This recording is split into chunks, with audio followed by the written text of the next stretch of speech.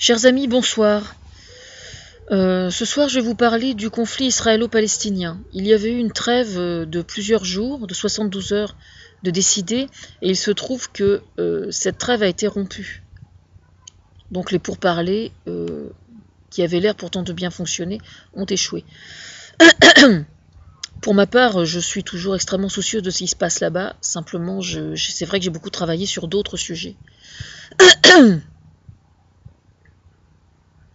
J'ai entendu ce matin que Benjamin Netanyahou assimilait le Hamas aux djihadistes, au djihad. Je trouve pas ça normal. Je suis désolée. Le Hamas est un groupe terroriste, reconnu comme tel par la communauté internationale, c'est vrai. Mais il se trouve malheureusement que quand on est le pot de terre contre le pot de fer, malheureusement, quelquefois on n'a pas le choix. Quand deux pays sont en guerre, on sait bien que sur le plan déontologique, on est beaucoup moins regardant. Ça ne fait absolument aucun doute. Et je ne pense pas que sur ce plan-là, Benjamin Netanyahou puisse avoir la prétention de donner des leçons à qui que ce soit. Il est vrai que le Hamas n'a pas à être considéré comme étant l'armée, elle n'est pas l'armée officielle palestinienne, c'est vrai. Il est vrai aussi que le Hamas est composé de mouvances islamiques assez diverses et que dans ces mouvances islamistes, il y a effectivement des personnes du djihad qui tirent un peu les ficelles. C'est vrai, c'est une vérité.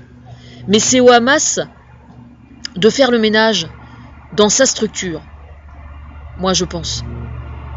Moi, je demande aux deux protagonistes, c'est-à-dire le président palestinien et le président israélien, de reprendre les pourparlers. Moi, j'ai proposé, il y a quelques mois, enfin en début d'année, qu'il y ait un nouvel État créé qui englobe les deux États, qui englobe Israël et Palestine.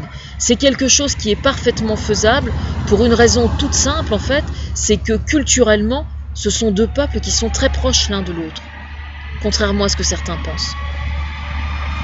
Et quand j'entends, excusez-moi, il y a quelque chose qui passe là.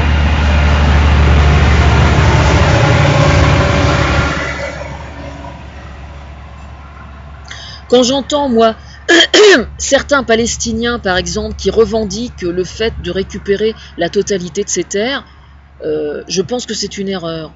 Non pas, je comprends qu'on puisse raisonner comme ça en tant que Palestinien, mais il se trouve que les gens qui habitent l'État d'Israël aujourd'hui, qui sont les descendants de ceux qui sont arrivés sur la terre d'Israël il y a une cinquantaine d'années, ces gens-là ne sont pas responsables et ne cautionnent pas nécessairement la politique de colonisation, par exemple. Il y a énormément d'Israéliens aujourd'hui qui ne sont absolument pas d'accord avec la politique de Benjamin Netanyahou.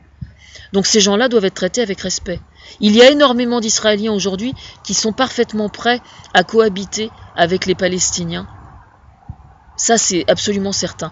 Et c'est quelque chose qui est tout à fait faisable à partir du moment où on respecte certaines règles relatives aux droits de l'homme, comme la liberté de culte.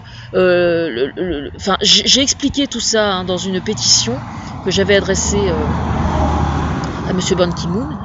Et moi, je suis absolument persuadée que c'est vraiment une bonne idée. J'ai beau retourner le problème de tous côtés, je suis absolument certaine que c'est ça la solution. Voilà. Je vais mettre les liens sous la vidéo pour réexpliquer, mais je suis certaine que c'est la bonne solution. En règle générale, il est extrêmement important.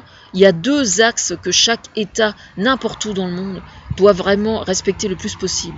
C'est de donner plus de pouvoir à leur ministère de la justice, avoir des ministères de la justice qui tiennent mieux la route, lutter contre la corruption. C'est extrêmement important de lutter contre la corruption.